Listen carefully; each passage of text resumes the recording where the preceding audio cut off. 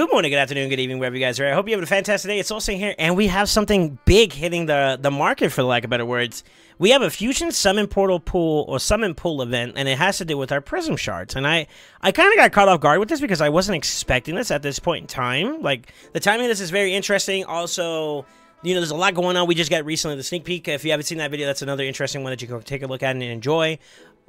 We got a lot. We got a lot already kind of like on the horizon, and then they hit us with this. So, we got to, if you're familiar with Prism crystals, you kind of got the idea of what we're going to be dealing with here when it comes to, you got a specific pool of champions you can basically try to acquire within a specific type of shard count, which these are prisms, and in regards, there's a certain amount of fragments you have to have them in order to click per summon. This round's a little bit more heftier in terms of it being 60, and is it justifiable? I guess that's one of the biggest questions. Like, you know, how do we feel about this this Prism Crystal event? And then, is it justifiable to try to go out of your ways for it? And I'm going to try to rationalize it for you as best as I can, not only from an early game perspective, but from a late game, mid game perspective as well. So, like, a lot of things to dive into, and I'm going to kind of give you like a quick rundown. We might talk a little bit about some of the mechanics of these champions and why they're valuable, but for the most part, that's the ideology about what we're going to talk about today. Okay.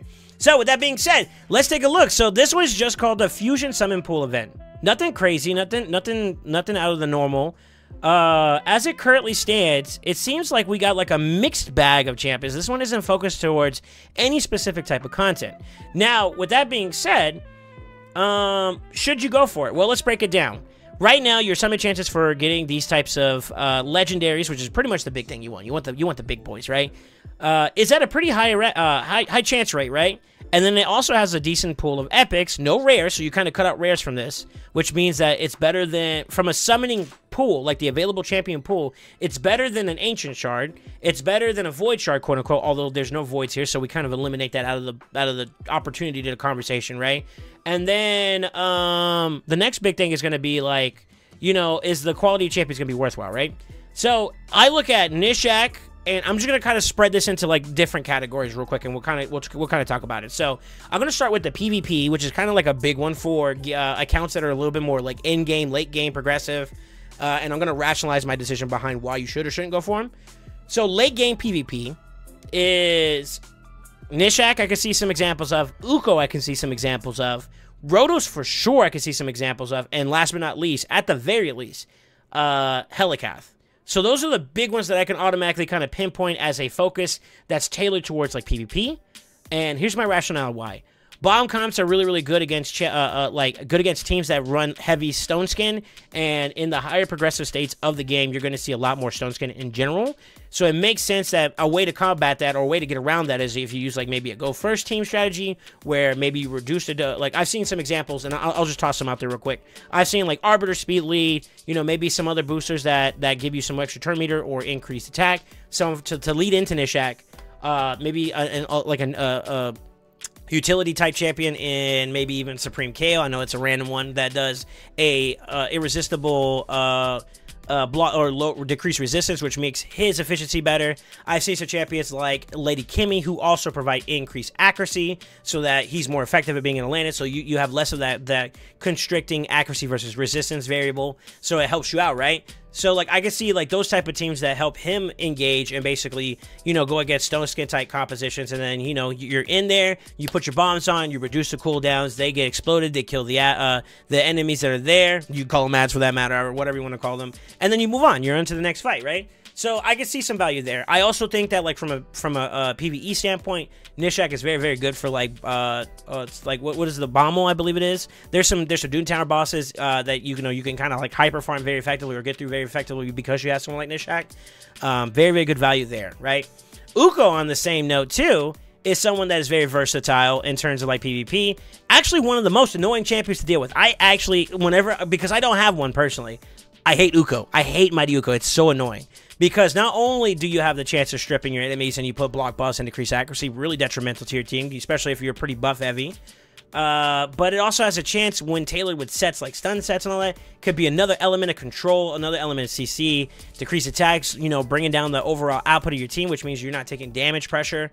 Having a revive that has block damage, as a matter of fact, amongst all the reses that you see in competitive PvP, you'll see Uko or like Duchess, for example, are some of my higher priorities, because their reses come with something else. Like, having Veil and Duchess makes you untargetable as like a attack type champion if they just got res from taking a beating.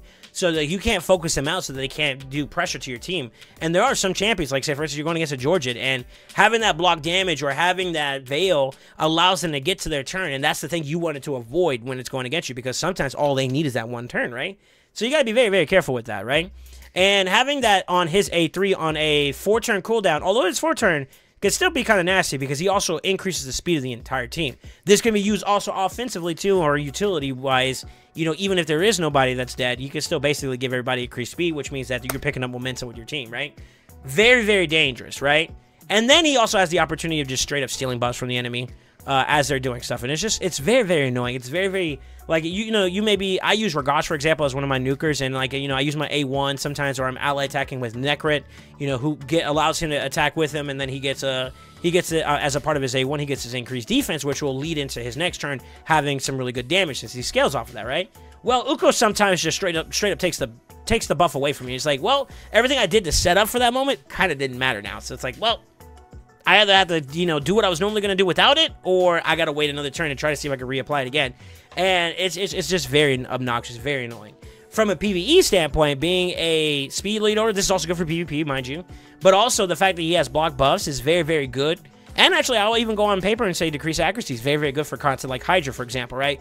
Block buffs is a really great way to be able to lock down the Mischief Head and any other heads that apply buffs, or some kind of way of, like, basically establish some dominance. Like Wrath likes to buff himself up as he provokes you so you can hit him and then he explodes and then your team dies, right? Block buffs is a really great way to just straight up mitigate that. Even if you do get provoked, he's not going to get buffs, or even when he explodes, he's not going to get that reflect damage and, you know, that block debuff, so you're able to continuously control him through other means, like, you know, through debuff damage or just straight damage, you know, whatever you see fit for the fight. He actually allows you to be able to do that because you have that block buff in play, right? Then from a decreased accuracy standpoint, you know, one of the most annoying heads in the game is, like, the Head of Mischief. We talked about it in one of our videos, right?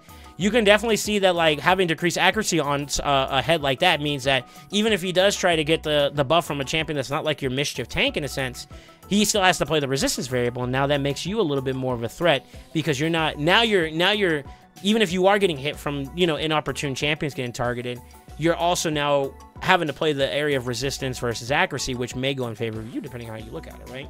So, very interesting dynamic that this champion provides. Very, very strong. Brogni, although this comp is getting nerfed, he seems to be one of those ones that likes to pop up every now and then and remind people like how great he is. The reason why I'm still playing this game, you know, very versatile. He does a little bit of everything, and he does them all very well. Damage debuff, being able to cleanse, being able to remove buffs, so like technically like a 1-buff strip removal, being able to be a buffer with a irresistible or protected shield. Like, there's a lot of versatility. Whenever that shield gets hit, he's healing up the person that had the shield. So it's like very good value, you know? And then even in Doom Tower, having, you know, that extra resistance may prove worthwhile. Depends on the wave you're dealing with. There's a lot of waves there's like you got a little bit of a struggle bus because you're getting controlled too hard, right? This guy has a way to give you an answer to all of that, you know? And I have to admit, like, amongst all these different choices, they're very, very good, man. Rotos, one of the most annoying best nukers right now in the game, and the reason why UDK is even relevant is because this guy is constantly in action. That 25% chance, I'm going to tell you right now, feels like it's like 50, 60, 70, sometimes even 100%. I have to deal with this all the time, and it's so annoying because I've actually lost fights to this guy just getting extra turn procs. And next thing you know, he's resetting into final or Fated Destruction or Vitality Plunder, and next thing you know, I lose my entire repertoire of champions that I thought I was in the lead with. You know, I thought I was winning the battle of attrition, and Roto said, no, watch me machine gun each turn, and then, you know what, we lose. It sucks, but it happens, right? Really good for single target damage pressure too as well, just as a heads up. I don't really think I would see him in a PvE like content strategy, but I have seen some cases where, like, maybe for example, areas that you want to only single target a boss hit or a boss fight, like Nether Spider comes to mind, where you don't want to hit the ads because they counterattack and they can heal up the, you know, the boss. Well, just tunnel into the boss, right? And he does that very, very well from a single target damage standpoint, right? Very good synergy with one of the most annoying champions in the game too, as well, from a support standpoint, Siphi. I still want one. Matter of fact, I want a Rotos too now as a result of it, you know? Then the one of the new boss killers of the game, basically, in a sense, Acrizia even had to give a special nod to this guy because his A3 is so strong, and then, you know, Forget just the A3, just his versatility as a kid, being able to provide AoE, decreased attack, excuse me, and weaken, giving himself counterattack, having the ability to reduce turn meters, so Fire Knight had to pay attention to him, and then even the hard version of him had to pay attention to him because of the freeze. This guy opened up so much content for us in terms of Fire Knight hard by his existence alone. He actually opened the door for a lot of accounts to be able to not only get into Fire Knight hard, but scale into like stage 6, 7, 8, 9, and 10. Those progressing accounts benefit very heavily. And I'm going to tell you this right now. There's nothing wrong with getting a second one. So if you already did the fusion, you got one. I don't see why you wouldn't want a second or a third for that matter. Hydra content, any other content where there's like a lot of big high enemies that have like high HP. This is the guy. This is Himothy in a bottle, basically, and the champion for that matter. And then the one that got me unkillable, or basically got me into Ultra Nightmare territory, and is valuable in other areas, Helicath. He does so much. Weaken on an A1 that happens to sync up with his passive whenever you have his A3 up, which is block damage. As long as block damage is in play, anybody that hits a block damage champion, he's going to get a chance to do a counterattack, right? Having a shield that scales off of his defense, and his defense is actually second, maybe a little bit lower. It's amongst like the top 5 and easily the top 10 in terms of defense. So this is very easy to scale up into a very, very strong thing. Also, this champion alone by himself can create the opportunity for unkillable. So like if you're struggling to get into Ultra Nightmare territory, or having the right combination of champions to allow you to be able to do this guy will do it for you. As a matter of fact, funny enough, my starting off team when it came to hitting unkillable included 2 champions that are here in this list. So it's crazy how valuable these champions can bring. These are game changer champions in my opinion that can give you a leg up into a lot of different areas of the game, whether it's PvP or PvE. And I think I kind of hit that home, right? I kind of get a little bit of a quick breakdown. Now, there's some other noteworthy champions, and I'm not going to go too much into detail here, but Mordecai is an AoE HP burn, so that's a good champion for Spider, both normal and hard, believe it or not. I actually just made a new team that has to do with Spider 10, and it incorporates Mordecai, believe it or not. If you guys want to see that, yeah, let me know in the comments. I'm actually very curious to see if y'all are interested, but giving you alternative ways to be able to do Spider hard, believe it or not. And we don't even use G-Nut, just as an example, or Head Crazy for that matter. Some of your more well-known ones. We're using a lot more epics, believe it or not.